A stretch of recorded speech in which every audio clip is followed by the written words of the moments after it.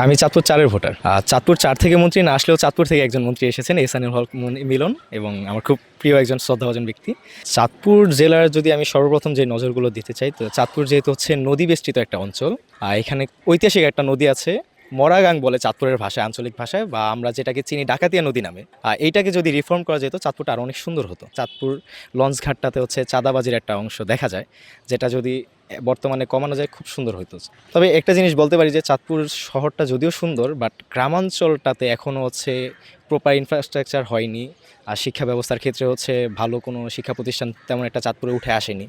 So আমার মতে হচ্ছে চাঁদপুরের সমস্যাগুলোর ভিতরে শিক্ষা ব্যবস্থাটার দিকে একটু নজর দেওয়াটা প্রয়োজন। আমি মনে করি যে শিক্ষা প্রতিষ্ঠানগুলো বাড়ানো উচিত।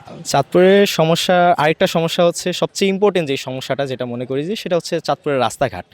আর চাঁদপুরে গেলেই যেটা দেখবেন যে হচ্ছে চাঁদপুরে যেদিকেই যান রাস্তা হয়তো পাকা, বলা যাইতে পারে কি এই পাকা রাস্তা থেকে কাঁচা রাস্তাটাও ভালো, কেননা হচ্ছে রাস্তাটার খাদ, গর্ত এবং মানে অনিয়ম অনিয়মতান্ত্রিকভাবে পরিকল্পিত রাস্তাগুলোর কারণে হচ্ছে প্রায়শই চাঁদপুরে হচ্ছে সবচেয়ে বেশি দুর্ঘটনা আমি হচ্ছে যদি খেয়াল করি তাহলে চাঁদপুরে বাইক দুর্ঘটনা প্রচুর হয়, কারণ চাঁদপুরের রাস্তাটা প্ল্যান্ড না।